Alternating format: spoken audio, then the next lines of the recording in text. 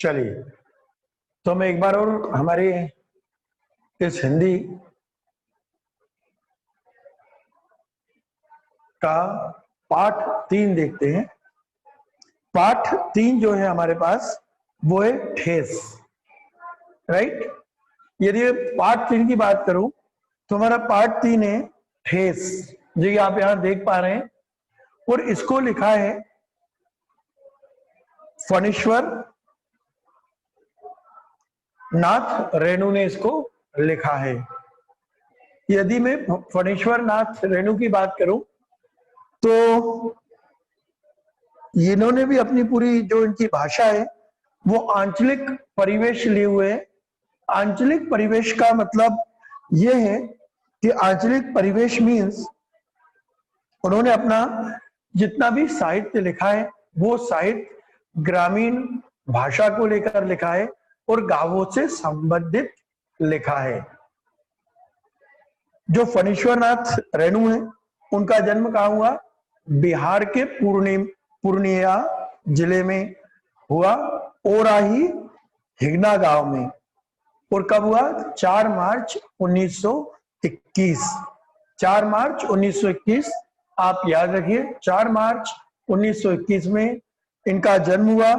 कहां पर हुआ? बिहार के पूर्णिया जिले के ओराही हिंगना ग्राम में हुआ।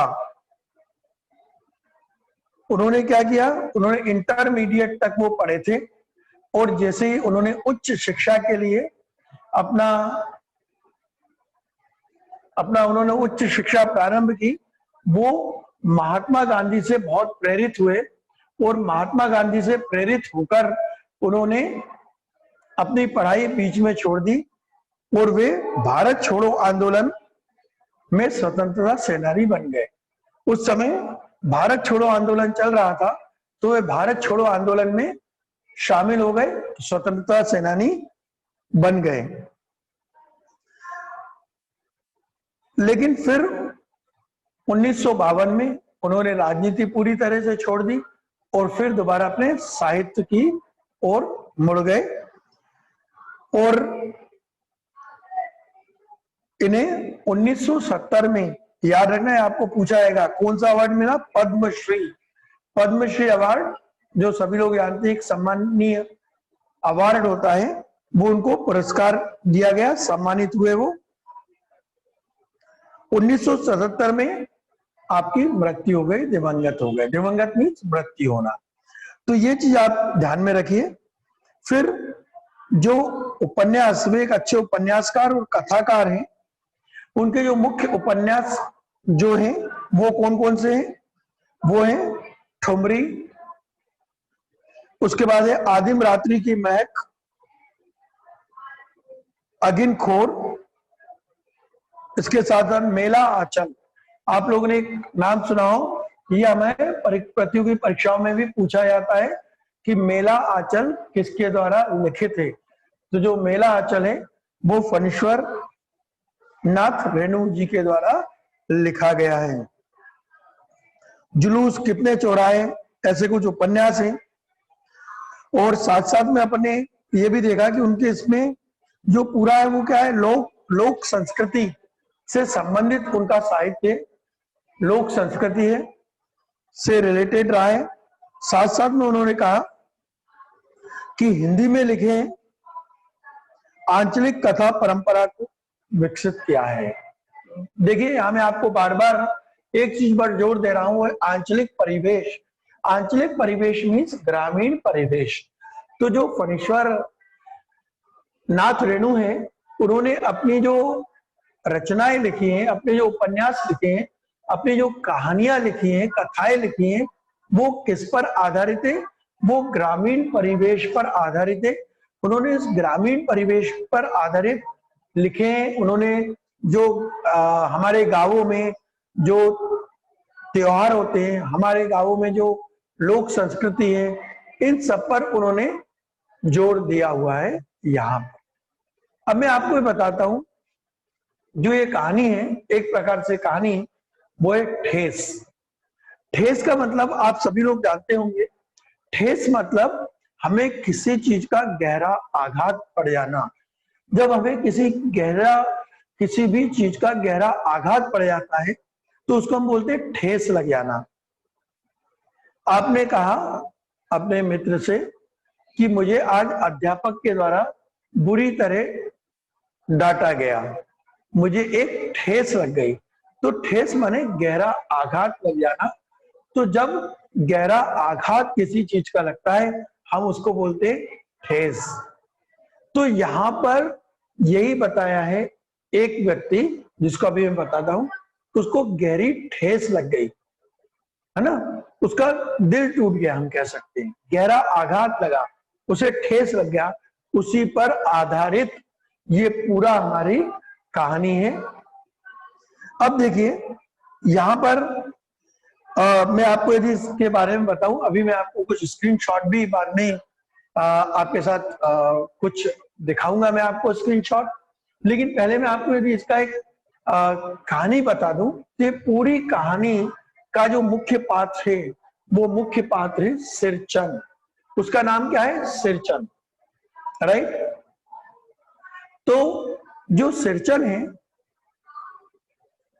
यस, है ना, वो कौन है? मुख्य पात्र इस कहानी का सिरचन नाम है। सिरचन क्या करता था? तो हमने कहा कि सिरचन बहुत अच्छे प्रकार की शीतल पार्टी बनाता था। एक वो ग्रामीण कलाकार था, और ग्रामीण कलाकार वो क्या कारीगरी करता था? वो शीतल पार्टी बनाता था, कुशन बनाता था, और आसन बनाता था। किस चीज के बनाता था? पतली बांस की डंडियों के आसन बनाता था। और उस पूरा जो एरिया था, उस पूरे क्षेत्र में उसका एक नाम था। क्यों नाम था? क्योंकि कुशल कारीगर था। किसका कुशल कारीगर था? आपको प्रश्न में आएगा तो आप उसका उत्तर याद रखना। वो कुशल कारीगर था शीतल पाटी, कुशन, आसन और पर्दे। वो पर्दे बनाता था जो आप देखते चिक्के पर्दे जिनको हम बोलते हैं। जो चिक्के पर्दे आज बहुत महंगे भी आते हैं, और पहले के जमाने में चिक्के पर्दों को यह माना जाता था जिनके घर चिक्के पर्दे हैं वे लोग एक धनी लोग हैं, गुंजन, ठीक है ना। तो वो धनी लोग हैं। तो अब आप देखिए जो सिरचन है, सिरचन क्या है? सिरचन एक ग्रामीण कलाकार है, जो ग्रामीण कारीगर है। वो क्या बनाता है? शीतल पाटी। शीतल पाटी का मतलब मैं आपको एक बार और बता देता हूं। शीतल पाटी का अर्थ होता है यहां पर एक पतली और सुंदर चटाई, है ना, चिक्की चटाई आप मान लीजिए। वो पूरा अपने पूरे क्षेत्र में माना जाना एक कारीगर था। अब सिरचन के बारे में कुछ चीजें थी जो सिरचन को लोगों से अलग बनाती थी, और सिरचन को बहुत जल्दी ठेस भी लग जाती थी। कुछ लोग होते हैं ना, बहुत जल्दी ठेस लग जाती है, आघात लग जाता है, गहरा आघात लग जाता है, राइट, करेक्ट, है ना। तो सीखों की चटाई, वेरी करेक्ट। तो कुछ लोगों को बहुत जल्दी ठेस लग जाती है, उन्हें कोई कुछ बोल दे, उनके आत्म स्वाभिमान को तुरंत ठेस लग जाती है। तो सिरचन एक ऐसा ही व्यक्ति था। हमारे आसपास आप देखो तो कुछ छोटे छोटे कारीगर, उनमें आपको सिरचन के गुण मिलेंगे। सिरचन में क्या क्या गुण थे देखिए। सबसे पहला तो ये था कि सिरचन बहुत आत्मस्वाभिमानी था। कोई उससे बुरा बोल दे तो उसे बिल्कुल पसंद नहीं था। वो किसी का भी काम करने आता था, आसन बनाने आता था, कुशन बनाने आता था, कुश के आसन बनाने आता था, और चटाई बनाने आता था, शीतल पाटी बनाने आता था। तो वो ये चाहता था कि लोग उससे पूरे सम्मान के साथ बोले। उसे किसी का ये बोलना बिल्कुल पसंद नहीं था कि लोग उससे बुरा स्वभाव करें, उसके आत्म स्वाभिमान को ठेस पहुंचाए। चलो हम स्टार्ट करते हैं। इसका मुख्य पात्र है सिरचन। सिरचन के बारे में एक जमाना था जब सिरचन के यहां भीड़ लगी रहती थी। लोग उससे शीतल पाटी बनवाने आते थे, आसन बनवाने आते थे, पर्दे बनवाने आते थे। लेकिन धीरे धीरे समय बदलने लगा। लोग अब आसन नहीं बनवाने लगे, चिक के पर्दे नहीं बनवाने लगे। कुछ गिने चुने लोग थे जो उसकी कला को मानते थे। उसके साथ साथ सिरचन में भी कुछ कमियां थी। जैसे कि कमियां क्या थी? एक तो सिरचन बहुत मुंहफट था। मुंहफट था मीन्स उसको कोई भी चीज बुरी लग जाती वो मुंह पे लोगों को बोल देता था, काम छोड़ के भाग आता था। एक काम बहुत अच्छा करता था, है ना। हमारे आसपास ऐसे कारीगर होते हैं, काम बहुत अच्छे करते हैं, लेकिन वो क्या होते हैं, आज की डेट में हम उनको कहते हैं मूढ़ी हैं। वे अपने मन के अनुसार मन के राजा है। सिरचन ऐसे ही मन का राजा था, और जिसके कारण उसको काम मिलना धीरे धीरे कम हो गया था। अब लोग कहते तो बेकार ही नहीं बल्कि बेकार भी हो गया, है ना। अब ऐसा क्यों बोलते थे? क्योंकि वो जो काम बाकी के मजदूर 2 दिन में कर लेते थे, सिरचन उसी काम को करने में कई घंटों और कई दिन लगा देता था, क्योंकि वो अपने मन से काम करता था, बहुत तल्लीनता से अच्छा काम करता था। इसी यहां पर लेखक ने लिखा कि वो बेकार ही नहीं बल्कि बेकार भी हो रहा था। बेकार मीन्स बिना किसी मजदूरी के काम करना। क्या बनाता था? शीतल पाटी, चिक, कुशन, ये बनाने में वो माहिर था। आज के समय में लोग उसको मुफ्तखोर, चटोर और कामचोर कहने लगे थे। क्यों? क्योंकि मैंने आपको बताया वो बहुत अच्छा कारीगर था, लेकिन वो अपने मन के अनुसार काम करता था। यदि उसे खाने अच्छा ना मिले, उसे जहां काम करने गया उसे यदि कोई पान ना मिल जाए, यदि उसको कोई कुछ गुड़ खाने का ना पूछे, बूंदी खाने का ना पूछे, शादियों में वो आता था काम करने, तो वो काम उसे मजा नहीं आता था और वो काम छोड़कर बीच में आ जाता था। इसी उसको आज की डेट में लोग क्या कहते हैं? मुफ्तखोर है, कि मुफ्त में खाना चाहता है, चटोरा है और कामचोर है, क्योंकि काम करना ही नहीं चाहता, लोगों को ये लगता था। उसका कहना था यदि खाने पीने में चिकनाई कम हो जाए, है ना, याद रखना ये आपको एक प्रश्न है, इसको मैं आपको विस्तृत में भी समझाऊंगा। उसका कहना था उसका कहना था यदि खाने पीने में चिकनाई कम हो जाए तो क्या होता है? काम में भी चिकनाई कम हो जाएगी। उसका ये मानना था काम में भी चिकनाई कम हो जाएगी। अब यहां पर इस सिरचन के अलावा एक और प्रमुख किरदार हमारा है मानू। मानू एक अच्छे परिवार की बेटी है। मानू की शादी होने को है, और मानू के जो ससुराल वाले हैं, उन ससुराल वालों की एक ही उनसे बहुत ज्यादा जो मांग थी, वो मांग ये थी कि आप हमें बहुत अच्छे इसकी शीतल पाटी और कुशन और आसन बना के दो। इसलिए मानू की मां ने मानू को कहा कि जाके सिरचन को बुला लाए। अब सिरचन को बुलाना कोई एक सामान्य काम नहीं था।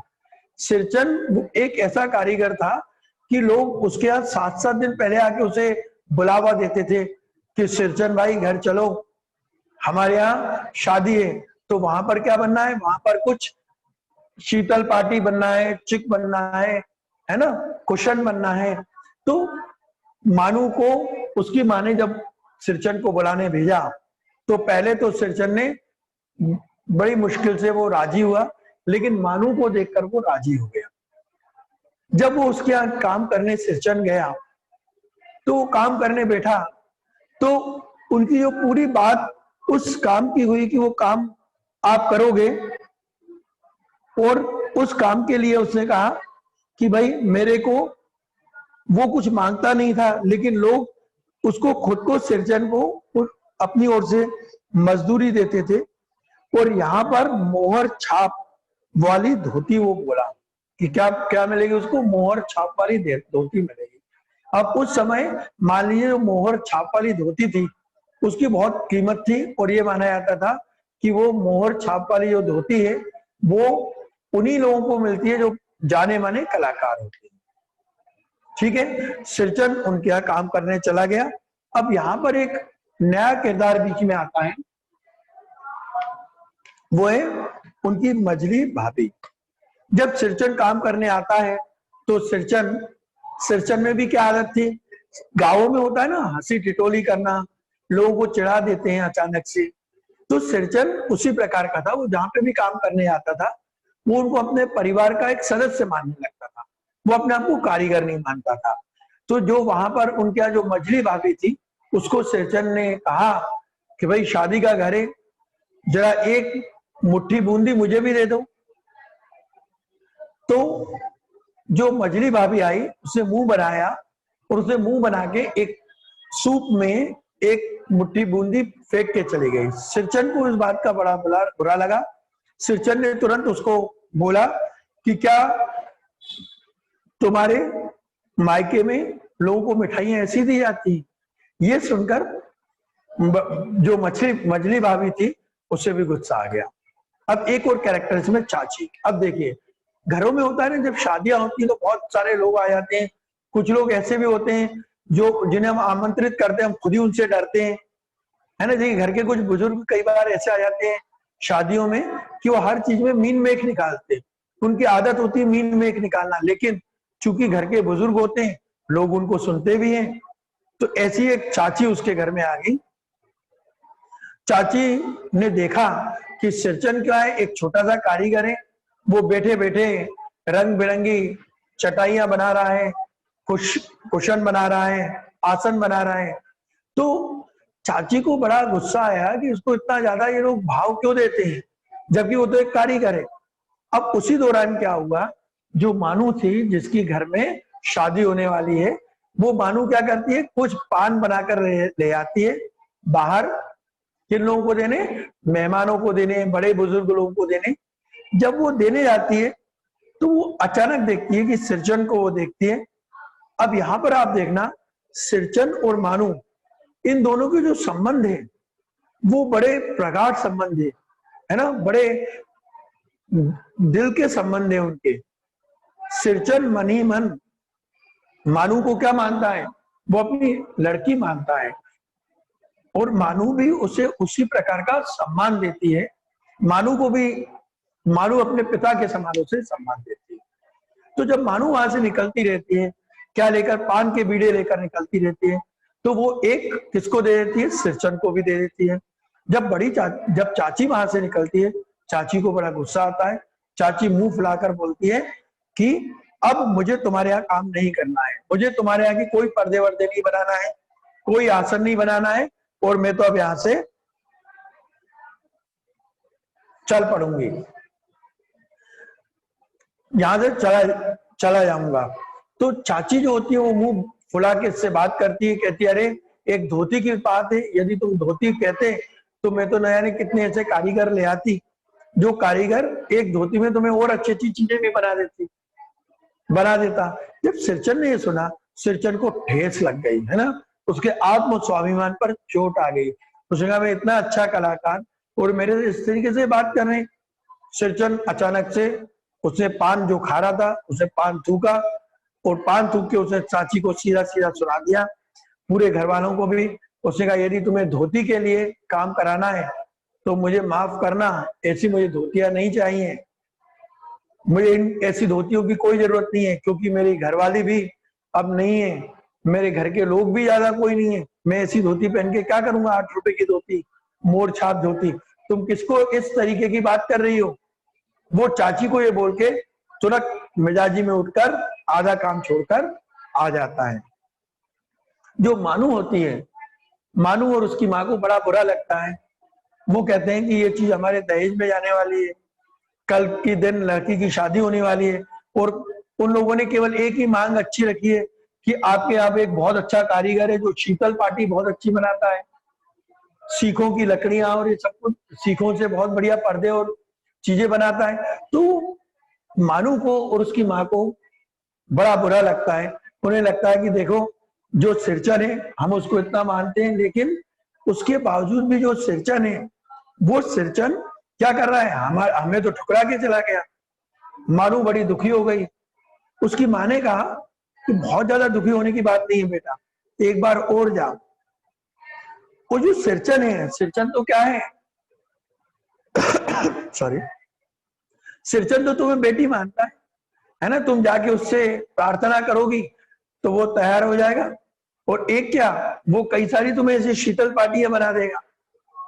मानू जाती है बड़ी खुश होकर, और वो सिरचन के जाती है, लेकिन वो देखती है कि जो सिरचन है वो मुंह फुलाकर बैठा रहता है, वो मना कर देता है। वो कहता है कि मैं नहीं बनाऊंगा, अब मैं ऐसी कोई भी चीज नहीं बनाऊंगा जो चीज जहां पर मेरी कद्र ना हो, मेरी कारीगरी की कद्र नहीं है, वो चीज मुझे नहीं करनी है ना। देखना आप पेज वाइज देखते चलना इसमें घर पे फिर, है ना। मैं आपको बहुत जो मुख्य चीज है वो सारी बता रहा हूं।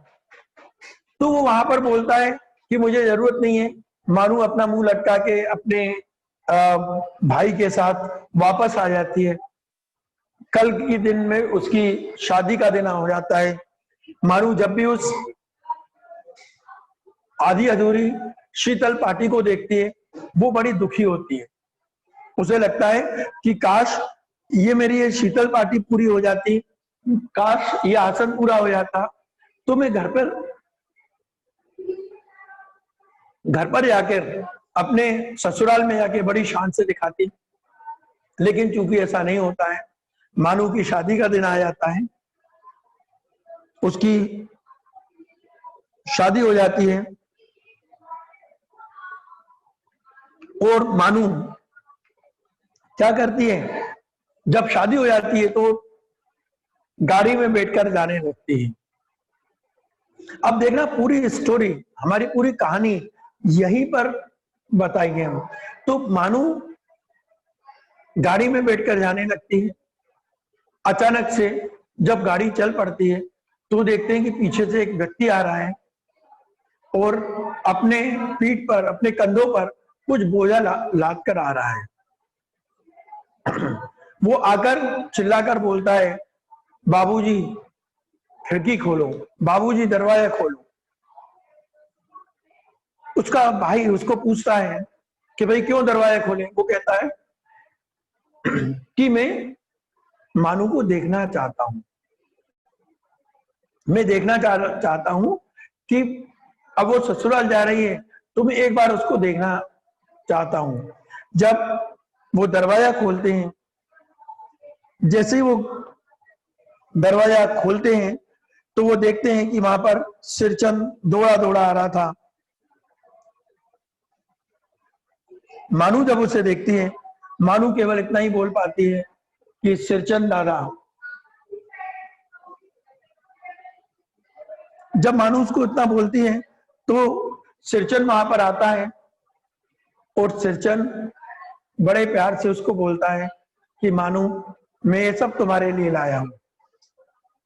वो देखते हैं कि उसमें एक शीतल पार्टी, अच्छे क्वालिटी का चिक, और एक जोड़ी बढ़िया आसनी थी। मानू मोहर छाप वाली जो धोती का दाम होता है वो सिरचन को देने लगती है। जब सिरचन देखता है वो उसे मना करता है। सिरचन उसको बोलता है, वो अपने दोनों हाथ जोड़ देता है, और सिरचन हाथ जोड़कर वहां से चला जाता है। जो मानू है, मानू फूट फूट कर रोने लगती है, जैसे कि मानो एक बेटी अपने पिता से विदा ले रही हो। यहाँ पर लेखक ने कहा, जब मैंने बंडल खोलकर देखे तो मैंने देखा कि ऐसी कारीगरी, ऐसी बारीकी, रंगीन सुतलियों के फंदों का ऐसा काम ये पहली बार मैं देख रहा था। तो इस पाठ में क्या है, इस पाठ में अब देखिए, इसमें यही है कि जो सिरचन है, सिरचन का स्वाभिमान होता है। भले ही सिरचन को ठेस लग जाती है, लेकिन सिरचन मानू को अपनी लड़की मानता है, और वो उसे सारी चीजें मुफ्त में देकर जाता है। उसके मन में वही भाव होते हैं। कौन से भाव होते हैं? जो भाव किसी भी पिता के अंदर होते हैं अपनी लड़की के लिए। वो उसको अब उसकी विदाई में अपनी सबसे अच्छी कारीगरी करके कुशन और ये सारी चीज देता है। ठीक है, तो ये हमारा पाठ है, इसको आप अच्छी तरह से एक बार घर पे पढ़ लीजिए। मैं आपको इसलिए वर्ड बाय वर्ड नहीं पढ़वा रहा हूं क्योंकि हम पढ़ेंगे तो वही सारी चीजें जिन पर हमने बातचीत की, और वहां पर आपको कई सारी कुछ चीजें पूछेंगे, तो आप याद रखिए। देखिए, सिरचन को मानू के घर से मजदूरी के रूप में क्या मिलने वाला था, तो इस प्रश्न का उत्तर आप लिखेंगे 8 रुपए में मोहर छाप वाली धोती उसको मिलने वाली थी, जिसकी कीमत कितनी थी उस समय? 8 रुपए। और कौन सी धोती थी? मोहर छाप वाली धोती, जिसकी बहुत कीमत थी और जिसको पहनना एक अमीर लोगों का शौक माना जाता था।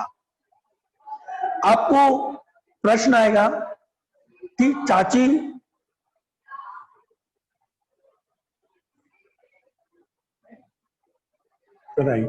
वहां पर आपको वो आएगा कि अब एक प्रश्न है जिसका अपन ने उल्लेख नहीं किया, मैं यही आपको बता देता हूं कि सिरचन जब पान खा रहा था तो वहां से निकलती हुई दादी को उसने क्या प्रश्न पूछा? तो उसने क्या प्रश्न पूछा उसको? उसने जो प्रश्न पूछा, उसने ये प्रश्न पूछा कि उसने दादी को क्या पूछा, चाची को क्या पूछा? तो उसने चाची को पूछा, उसने चाची को कहा कि अपने बटुए में से जरा सा जर्दा तो निकाल कर दे देना। तो इसलिए चाची और ज्यादा भड़क गई, उन्हें और ज्यादा गुस्सा आया कि माने कारीगर मुझे बोल रहा है पान भी खा रहा है और मुझे बोल रहा है जर्दा और दे देना। इस तरीके के आपको प्रश्न आएंगे यहां पर। ठीक है, और आपको आएगा कि लेखक मानू को कहां पहुंचाने जा रहा था? ससुराल पहुंचाने जा रहा था। ठीक है, मानू ने जब उसको 8 रुपए दिए तो उसने क्या कहा? आंचलिक,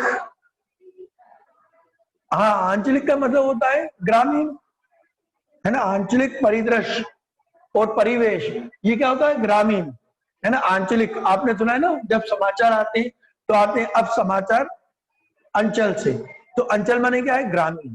जो ग्रामीण परिवेश में लिखा गया। आपने कहानी सुनी ना, ये कहानी सुन के आपको पूरा कैसा लगा? गांवों का जीवन, है ना, कि ग्रामीण परिवेश में लिखी गई है। आपको प्रश्न आएंगे, वो मैं कुछ आपको बता रहा हूं।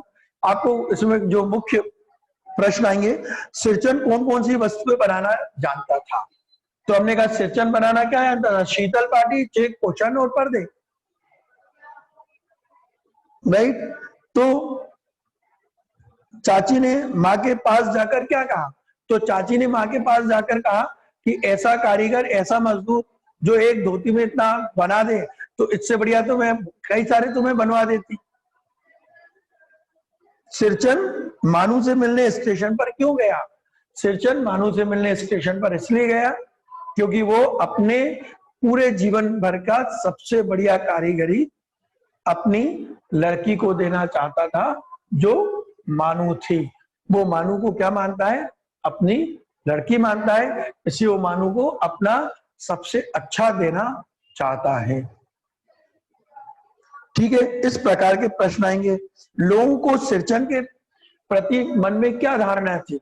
तो क्या धारणा थी? सिरचन अब मुफ्तखोर है, बेकारी नहीं बेकार भी है, चटोरा है, कामचोर है, वो ये मानकर चलते थे। अगला आपको जो प्रश्न है, सिरचन को एक सप्ताह पहले क्यों बुलाया जाता था? तो सिरचन को एक सप्ताह पहले इसलिए बुलाया जाता था क्योंकि वो उसका बड़ा, वो एक जाना माना कारीगर था। पहले से लोगों उसको बुलाना पड़ता था, मिन्नतें करके बुलाना पड़ता था। ठीक है, तो मानू ने सिरचन को पान का बीड़ा दिया। क्यों दिया? वो इसलिए दिया क्योंकि मानू के मन में भी बड़ा सम्मान था। उसको ये लगता था कि सिरचन एक पिता के समान है, इसलिए उसने उसको पान का बीड़ा दिया। सिरचन ने मानू को उपहार में क्या दिया? तो हमने यहाँ पर पाठ के अंत में हमने पढ़ा, यहाँ पर उसने क्या दिया? उसने बढ़िया शीतल पाटी, चिक, कुशन, एक एक जोड़ी वो दिए। उसने क्या दिया? उसने शीतल पाटी, चिक, एक जोड़ी आसानी कुश की दी। ठीक है, तो ये चीजें वहां पर उसने यहाँ पर दिए। कहानी का अंत आपको कैसा लगा, अपने विचार लिखिए, आप अपने विचार लिखेंगे। तो हम इसी के साथ आज इसको समापन करते हैं इस पाठ का। और दोबारा मैं आपको विश्वास दिलाता हूं, यदि आप इनको बार बार सुनेंगे, यदि आपने इस क्लास में हमने अच्छी तरह से इसको समझ लिया, इसको पढ़ लिया, तो आप ये मान के चलिए कि आपको दोबारा और कुछ पढ़ने की जरूरत नहीं है, कोई आवश्यकता नहीं है। इसमें से मैंने आपको बताया, मैंने जब आपको प्रश्न ये सारे बताए, सभी के आंसर मैंने आपको इस पाठ में समझा दिए हैं।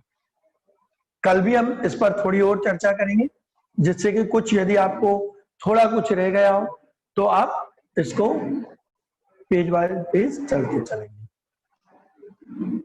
आज हम इतना ही लेते हैं, कल के इसमें हम इसी पाठ का एक थोड़ा सा और इस पर हम चर्चा करेंगे।